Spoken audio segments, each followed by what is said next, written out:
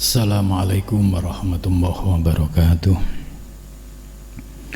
Ila hadratin Nabil Mustafa Rasulillah sallallahu alaihi wasallam wa ala ikhwanihi minal anbiya wal mursalin wal awliya wasyuhada wassalihin wal malaikatil muqarrabin, khususan musannif hadal kitab Syekh Muhyiddin Ibnu Arabi wa khususan sahihim wa khususan asyadid wa khususan Laumul Fatihah.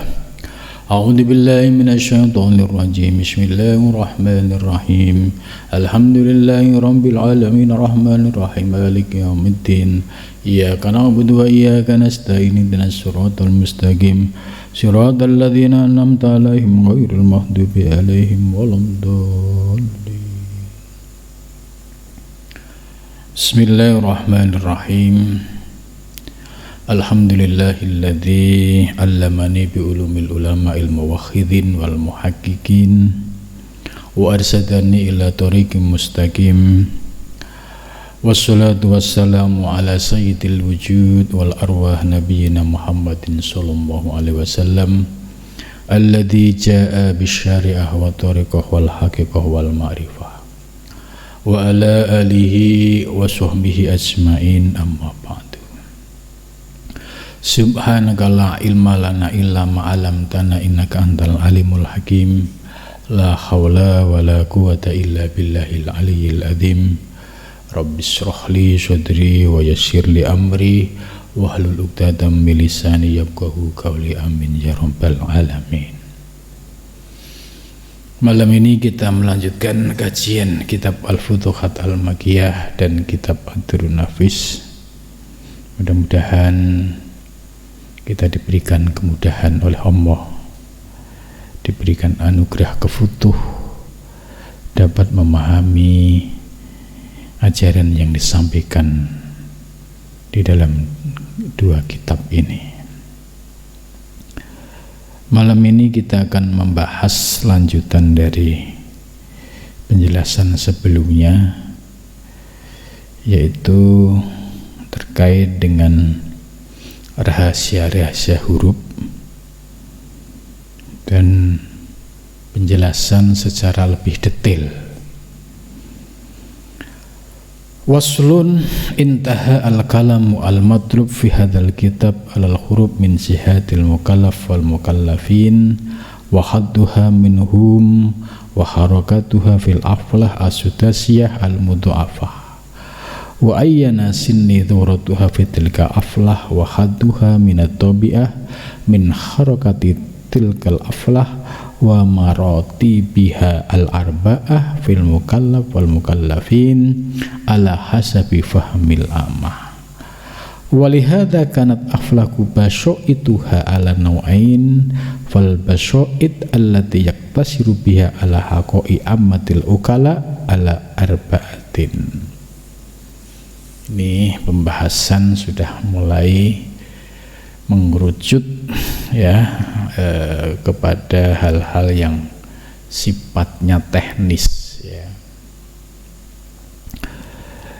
Maksud dari makalah tadi bahwa Syekh Muhyiddin Ibnu Arabi menjelaskan pembahasan dalam kitab ini terkait dengan huruf, yaitu sudah hampir selesai karena penjelasan-penjelasan sebelumnya itu sudah sangat detail, terutama terkait dengan huruf berkaitan dengan pembagian yang dibagi menjadi 4 bagian. Yang pertama itu 7, yang kedua 8, 9, dan 10. Dari pembahasan ini kemudian Syekh Ibnu Arabi menjelaskan, walihadza kanat aflahu baso itiha ala nau'ain.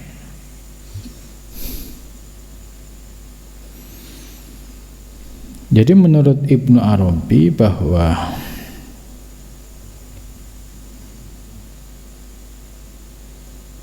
Aflahu basoid. Aflah itu ya artinya bintang. Ini dibagi menjadi dua bagian atau hamparan. Aflah, hamparan dari bintang yang menjadi perwujudan dari unsur-unsur huruf yang sudah dijelaskan di awal, itu dibagi menjadi dua. Fal basaid allati yaktasiru biha ala haqai ammatil ukala ala arbaatin.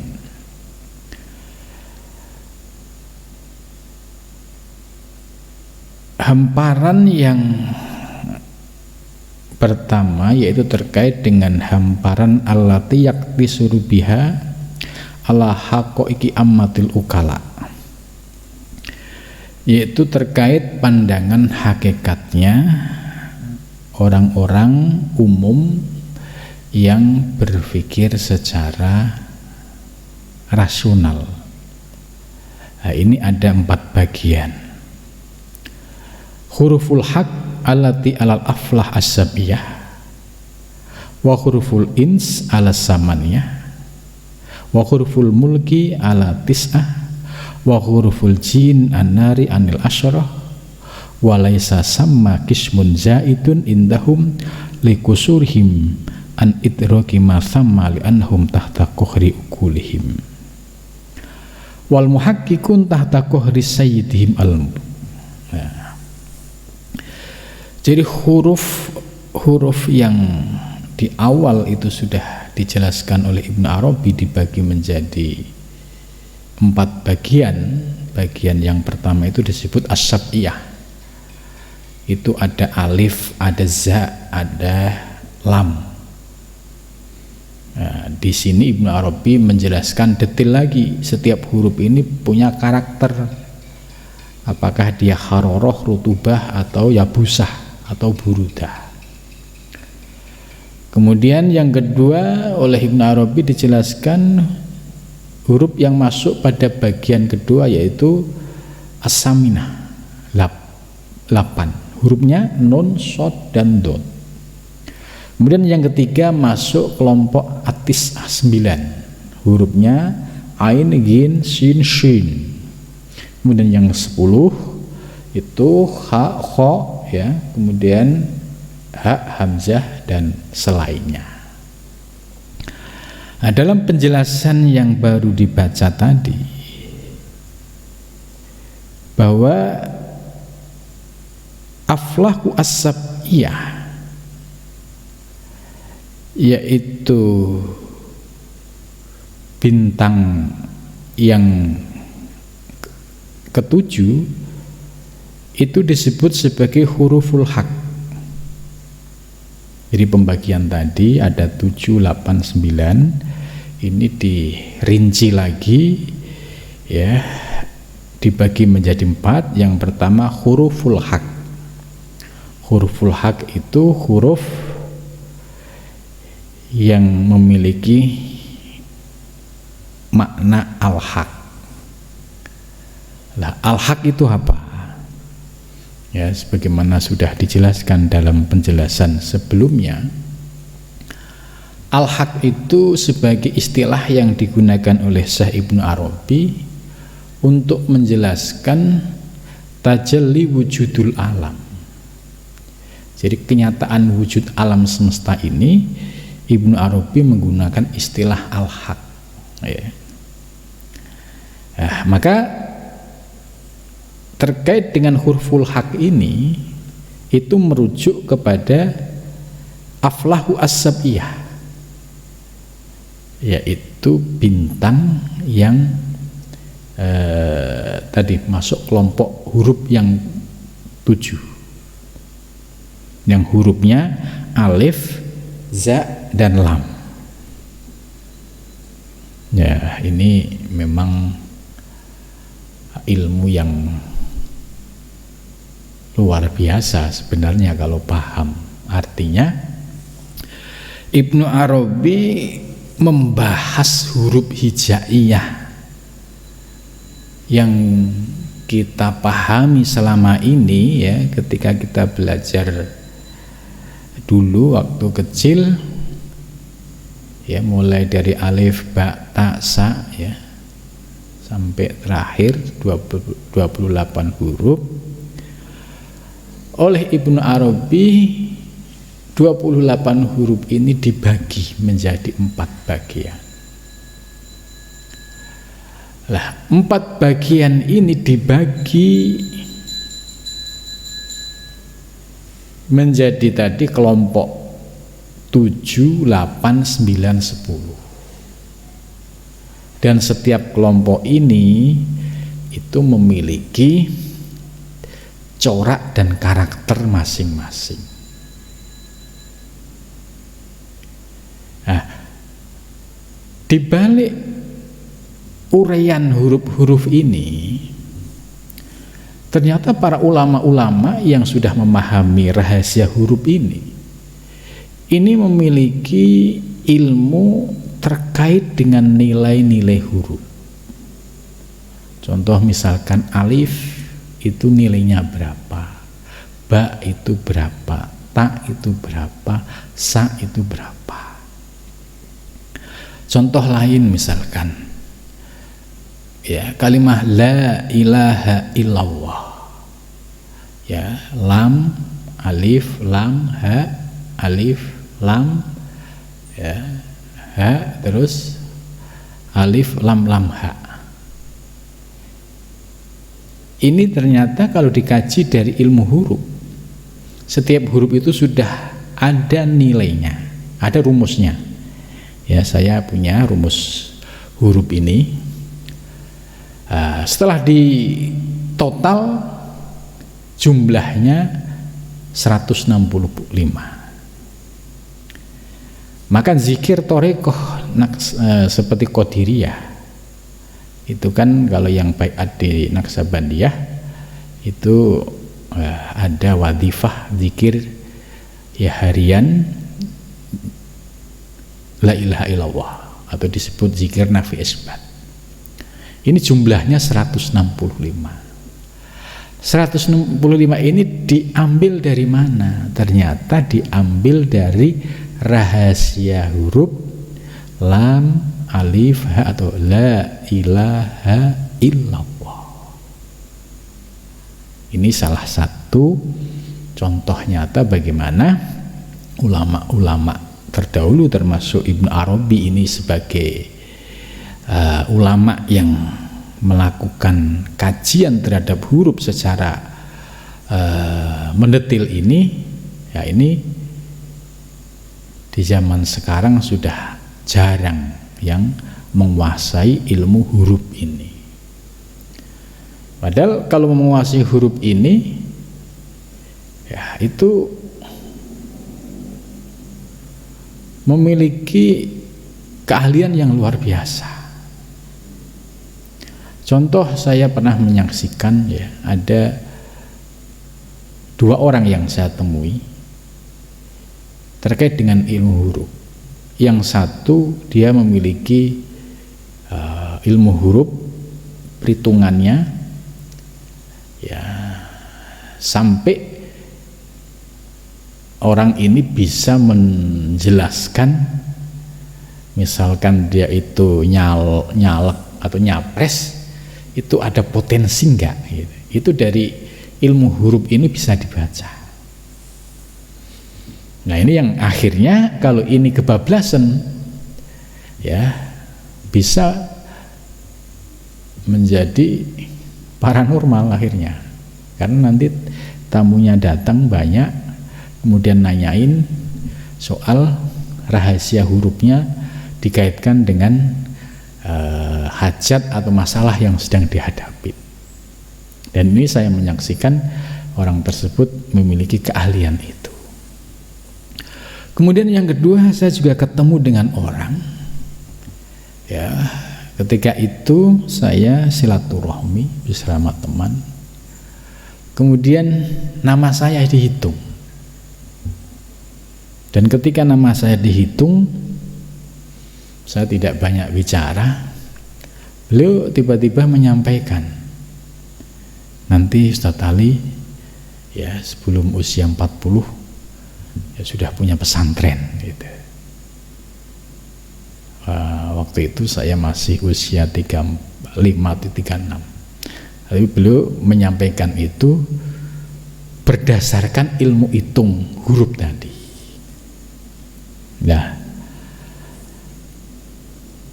ternyata faktanya ketika usia 36 saya ya istilahnya keinginan ada, ingin punya pesantren sendiri. Cuma ya apa mungkin, itu muncul pertanyaan. Tapi seiring berjalannya waktu ternyata ya terbukti, dan alhamdulillah walaupun masih berproses tapi itu menjadi kenyataan. Nah, ini salah satu kelebihan ilmu huruf. Terus ilmu huruf juga bisa untuk mendeteksi karakter, watak, dan sifat seorang murid. Ya, terkait dengan hawa nafsu yang dominan di dalam dirinya. Murid ini ya kalau dihitung namanya itu akan ketemu jumlahnya, dan jumlahnya nanti itu ada rumusnya. Terus terbaca, oh ini dominan nafsu amaroh, riaduhnya harus begini. Terus oh ini nafsunya lawamah, riaduhnya harus ini. Jadi ilmu-ilmu yang disampaikan oleh Ibnu Arabi ini sangat rasional ya, sangat rasional dan memiliki sisi kepastian itu cukup tinggi ya, karena ini ibaratnya ya ilmu ya astronomi ya, bisa dikaitkan dengan ilmu astronomi. Jadi artinya luar biasa pemikiran Ibnu Arabi ketika mengembangkan sebuah hadis awwalu ma khalaqallahu al-qalam. Pertama kali Allah menciptakan itu al-qalam. Terus Allah berfirman ya, qala lahu uktub, tulislah maqadiras samawati wal ard ila yaumil qiyamah.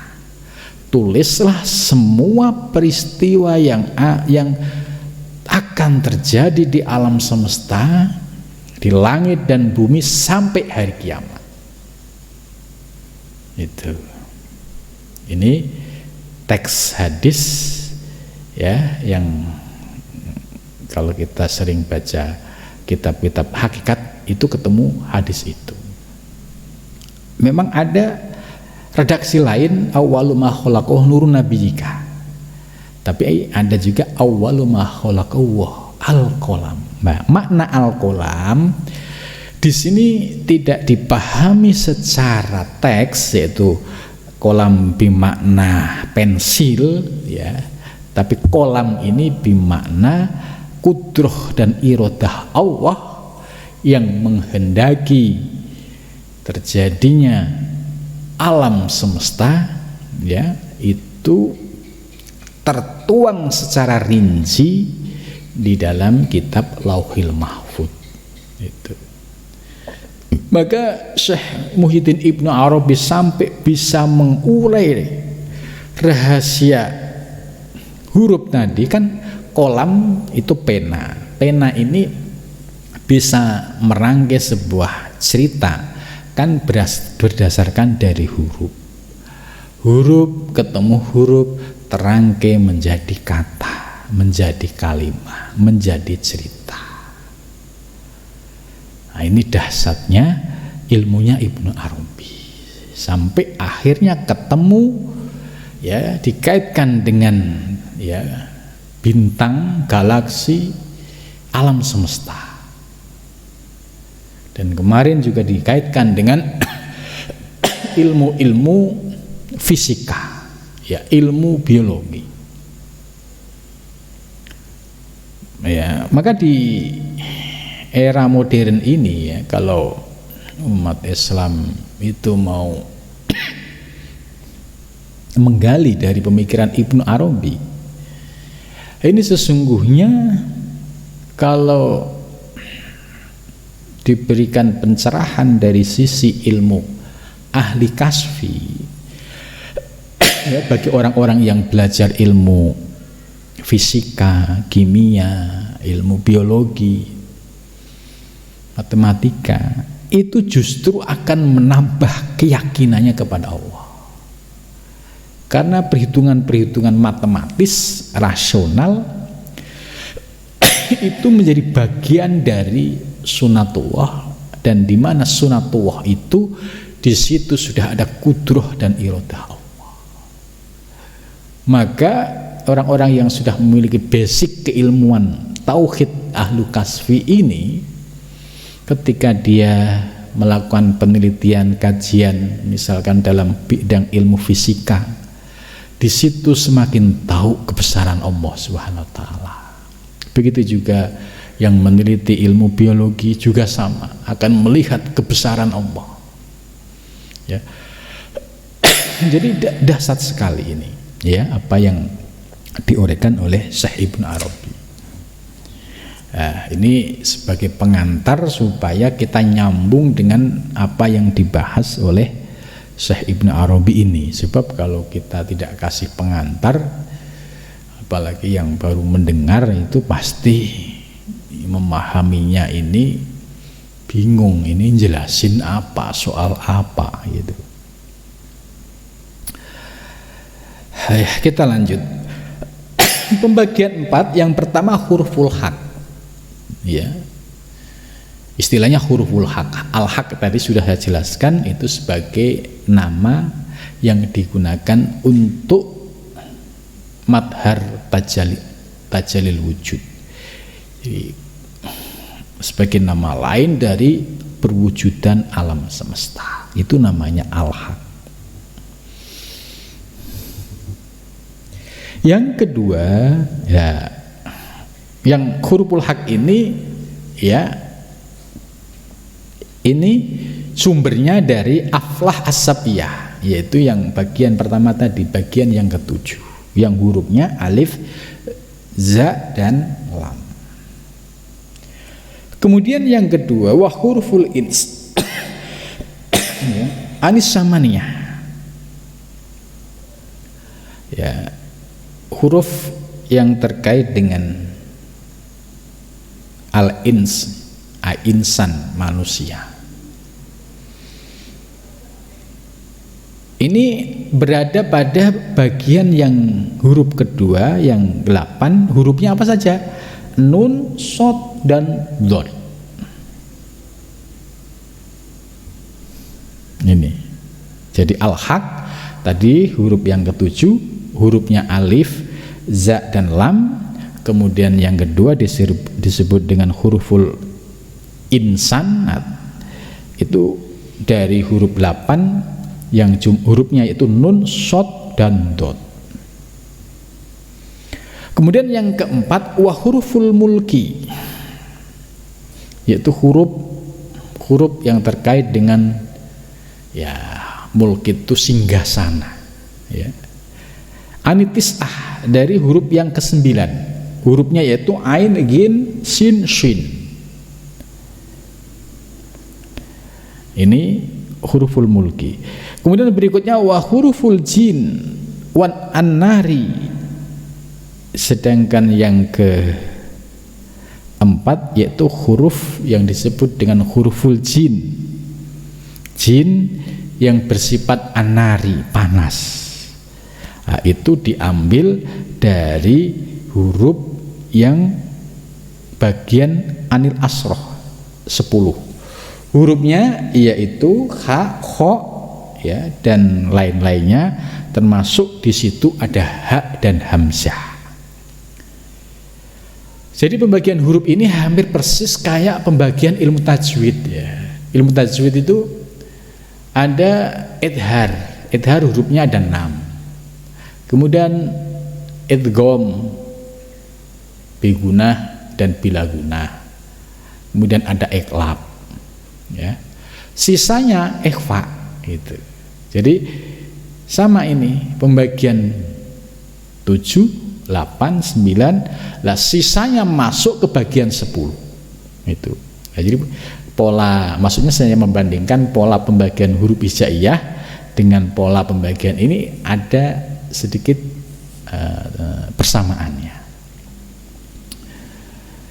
Maka dari penjelasan ini kita mulai memahami, oh ternyata ya di balik huruf-huruf alif, za dan lam, oh ternyata ini sebagai huruf-huruf yang terkait dengan tajalli wujudul haq, ya tadi sebagai madhar atau perwujudan alam semesta.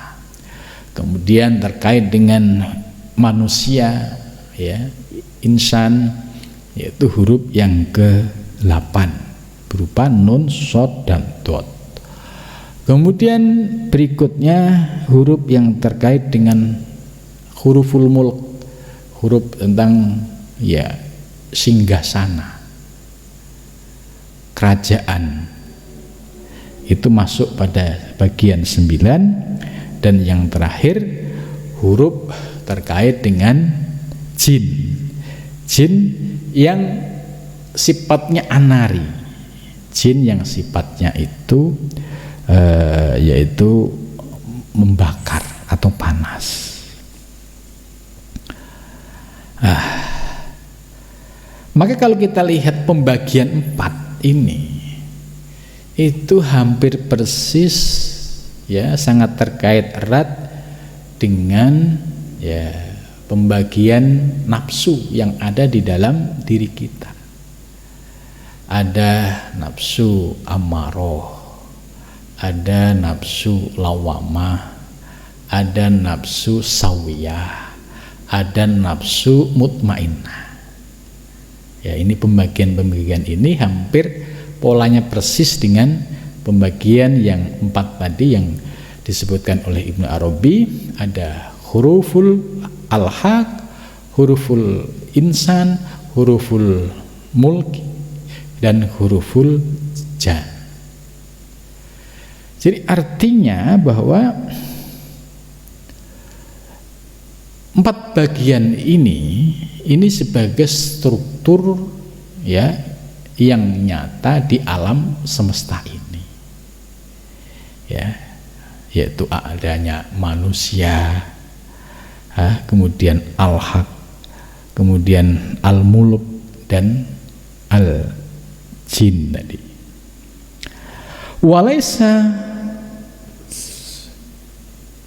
Walaysa samma qismun zaidun indahum, akan tidak ada tambahan yang lebih menurut mereka, karena keterbatasan mereka an idrokima sama, dari menemukan sesuatu yang terkandung di dalamnya.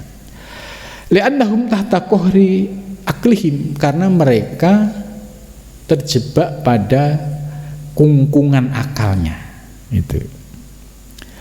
Nah, ini maksudnya apa yang disampaikan oleh Syekh Ibnu Arabi tadi, pembagian 4 tadi, ini adalah pembagian yang sering digunakan oleh para filosof yang menggunakan pendekatan akal. Maka disebut di ala haqaiqi ammatil ukala, yaitu sering digunakan oleh para filosof yang membagi menjadi 4 ya. Dan pembagian 4 ini tadi ini berdasarkan dari pandangan akliyah rasional. Ini dikritik oleh Syekh Ibnu Arabi. Jadi di pembagian 4 ini nggak bisa bergerak lagi. Karena apa? Karena akalnya dikungkungi. Li'annahum tahta kohri ukulihim, karena dia tidak berdaya, tidak bergerak di bawah, istilahnya dikekang oleh akalnya. Itu maksudnya gini, akal kita ini kan terbatas. Contoh, saya tidak akan bisa melihat dengan akal saya apa yang ada di balik tembok, objek yang di balik tembok ini dengan akal saya nggak bisa. Nah, ini yang disebut dengan sebagai kritik Syekh Ibnu Arabi terhadap para filosof tadi yang membagi menjadi empat ini. Dia nggak bisa laisa lahu zaid, nggak ada tambahan karena keterbatasan. Berbeda dengan ini ahli hakikat, al-muhakkikun gitu. Jadi ini filosof, tapi filosofnya yang ahli hakikat. Kalau filosofnya yang akli, yang rasional murni, dia terjebak, tidak bisa berkembang sesuai dengan keterbatasan. Akal itu tidak mampu menjangkau sesuatu yang di luar pandangannya. Sementara di balik itu ada sesuatu yang istimewa. Maka Ibnu Arabi mengkritik li'annahum tahta qahri uqulihim, dia sudah dikungkungi oleh akalnya sehingga tidak bisa menemukan hal-hal yang lebih istimewa lagi. Wal muhakkikun, nah ini baru Ibnu Arabi menunjukkan identitas sebagai seorang ahli hakikat. Wal muhakkikun, orang-orang ahli hakikat, tahta qahri sayyidihim, itu orang-orang ahli hakikat itu di bawah kuasa tuannya, yaitu al-malakul haq subhanahu wa ta'ala, yaitu raja yang hak, yang maha suci, yaitu Allah subhanahu wa ta'ala. Nah ini sebagai pencerahan kepada kita perbedaan antara filosof yang menggunakan pendekatan akal murni dan muhakkikun, orang-orang ahli hakikat, sufi filosofis sufi tapi filosofis, itu memiliki kelebihan karena sufi filosofis atau muhakkikun itu bersandarnya kepada zat yang maha kuasa, zat yang maha mulia. Sedangkan filosof murni bersandar pada akalnya. Karena dia bersandar pada akalnya, dia terjebak, terkungkung, nggak bisa bergerak. Contohnya akal kita terbatas ketika melihat satu objek yang di luar jangkauan. Tapi kalau muhakkikun, orang-orang ahli hakikat, bisa mendapatkan pengetahuan yang di luar akal. Karena apa? Karena memiliki connecting dengan yaitu raja alam semesta. Karena terkoneksi dengan raja alam semesta, maka bisa diberikan akses ilmu.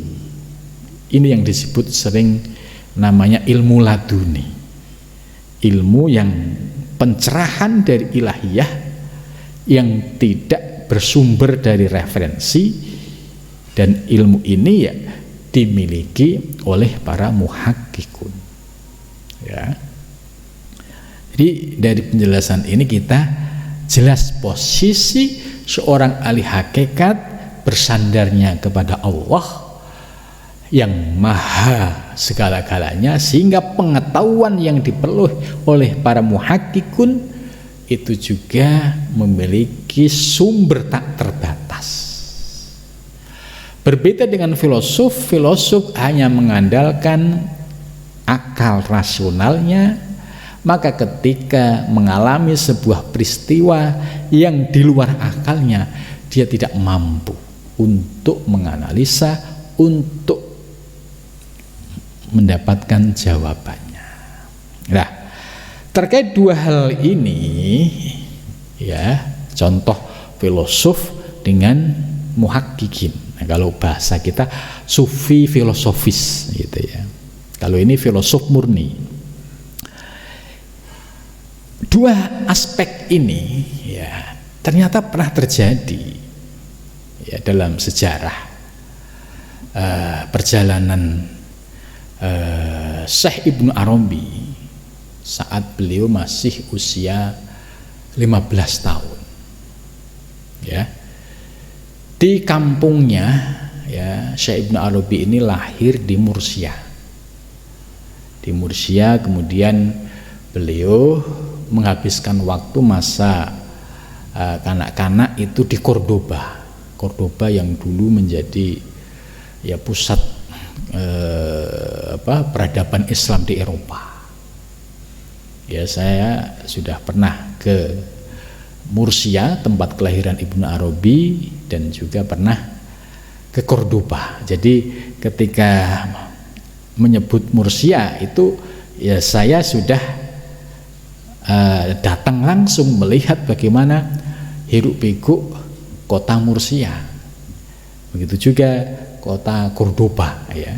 Di situ juga melihat bagaimana peninggalan-peninggalan sejarah Islam yang luar biasa.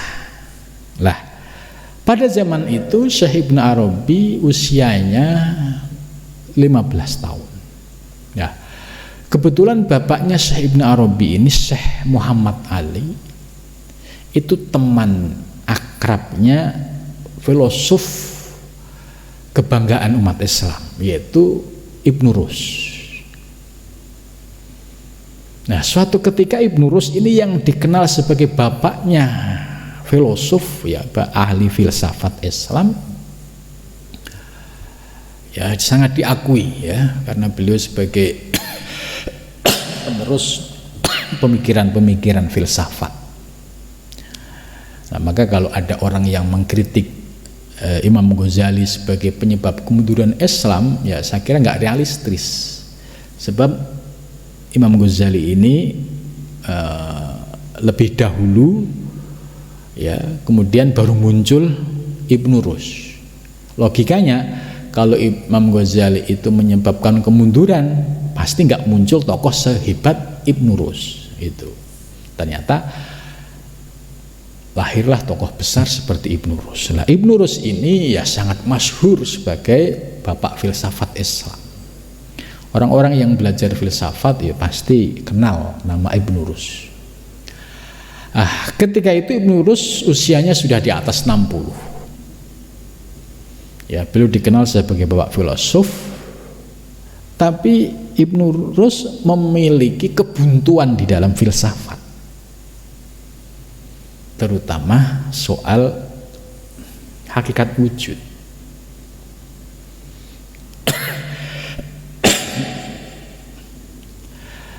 Kebuntuan tersebut ya dipikir-pikir mungkin saking lama, nggak ketemu, nggak ada solusinya.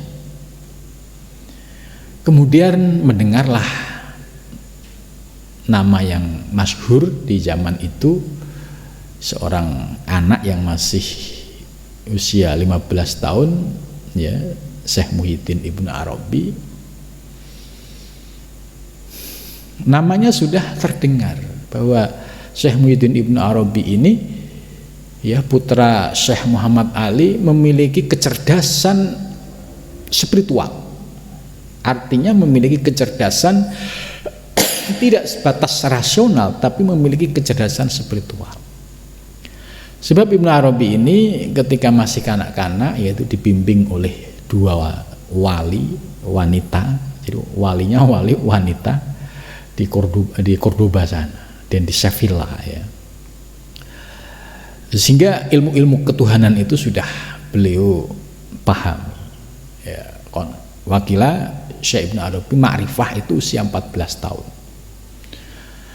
Di saat usia 15 tahun ini Ibnu Rus menyampaikan kepada bapaknya Syekh Muhammad Ali, bisa nggak saya ketemu dengan putramu Ibnu Arabi? Ya bisa. Ya, ini dialog yang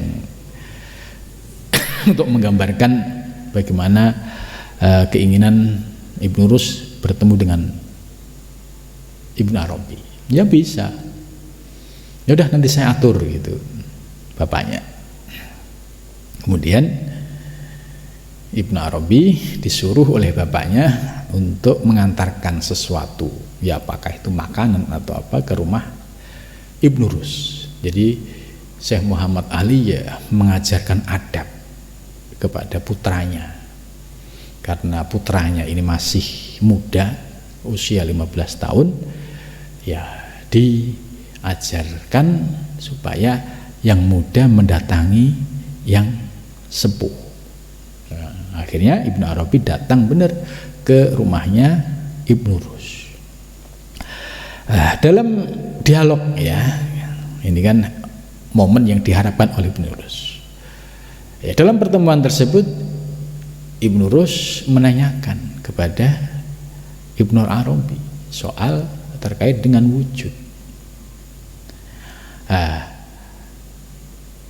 Pertanyaan yang membuat Ibnu Rus galau selama ya bertahun-tahun ini, ketika ditanyakan oleh Syekh Ibnu Arabi bisa menjawab ya dengan bahasa filosofis, ya bisa dipahami oleh Ibnu Rus ya, yang waktu itu ya baru merasakan pencerahan. Jadi jawaban Ibnu Arabi ini mampu mencerahkan kebuntuan yang dihadapi oleh Ibnu Rus. Nah, ini salah satu kelebihan dari Syekh Ibnu Arabi. Maka dalam penjelasan tadi dijelaskan bahwa orang-orang filosof yang mendasarkan argumentasinya pada akal suatu saat pasti mengalami kebuntuan. Itu.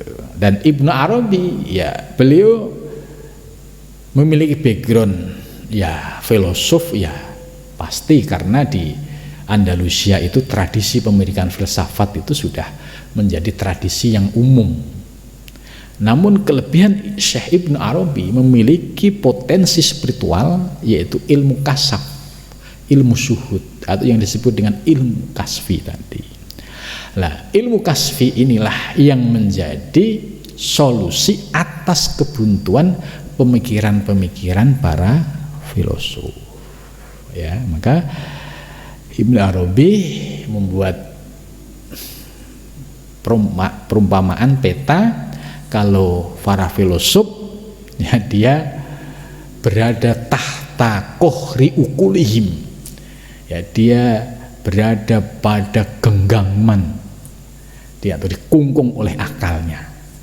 Sementara para muhakkikin, orang-orang ahli hakikat, yaitu orang-orang yang ahlu kasfi, ya posisinya berada di bawah kekuasaan zat yang maha kuasa, yaitu Allah Subhanahu wa ta'ala. Maka para muhakkikin ketika dia ingin mencari jawaban-jawaban terkait persoalan yang dihadapi, itu pasti akan mendapatkan pencerahan-pencerahan ilahiyah. Tapi sebaliknya para filosof ini akan mentok ya ketika menghadapi persoalan-persoalan yang kaitannya dengan rasional. Ya, karena itu dari sini kita paham, oh iya, ya kita paham ternyata berpikir filosofis itu terbatas. Jadi jangan sampai terlalu kepedean ya kalau lagi belajar filsafat ya seolah-olah itu kayak merasa paling hebat di alam semesta gitu kan. Ini biasanya orang yang baru belajar. Tapi setelah dia nanti mendalami, mentok. Ya. Kasus Ibnu Arabi ini kasus yang terjadi pada abad 13 lah. Apakah di abad 21 ini juga ada peristiwa semacam ini? Ada.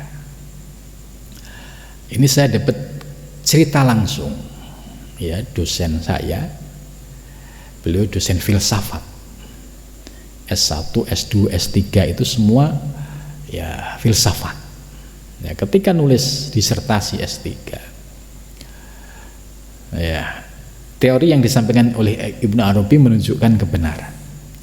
Beliau mengalami kebuntuan, sehingga puncak dari pemikiran filsafatnya, dia sampai menyatakan bahwa Tuhan itu tidak ada, kan? Sudah ateis.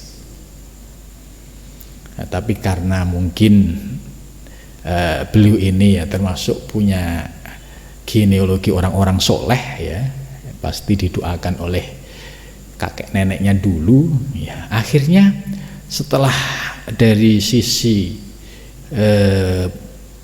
puncak pemikirannya yang menyatakan bahwa Tuhan itu tidak ada, akhirnya suatu saat malam mimpi.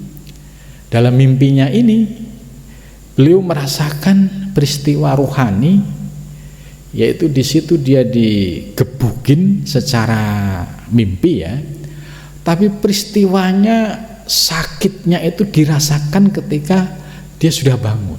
Baru di situ tersadar, ya, dia istighfar, oh ternyata saya salah, gitu.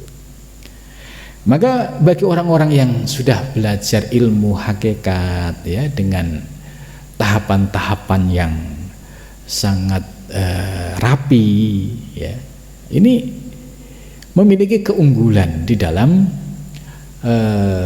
memperoleh ilmu pengetahuan, ya, dibandingkan dengan orang yang belajar sebatas ilmu filsafat itu.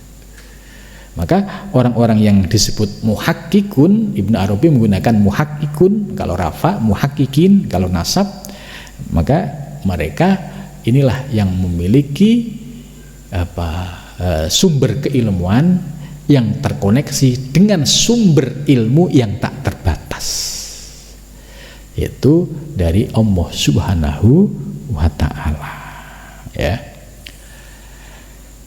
Kemudian, nah ini menurut pandangan para muhakkikin, ya, terkait dengan persoalan oleh filosof tadi yang dibagi menjadi 4, muhakkikin mengembangkan menjadi 6. Ya, tadi di awal kan Ibnu Arabi menjelaskan para filosof itu membagi menjadi 4 bagian, yaitu huruful haq, huruful ins, huruful mulk, kemudian huruful jin. Nah, ini oleh muhakkikin, ulama-ulama yang mendapatkan pencerahan ilmu dari ilahiyah, dari ketuhanan, ini membagi menjadi 6 bagian.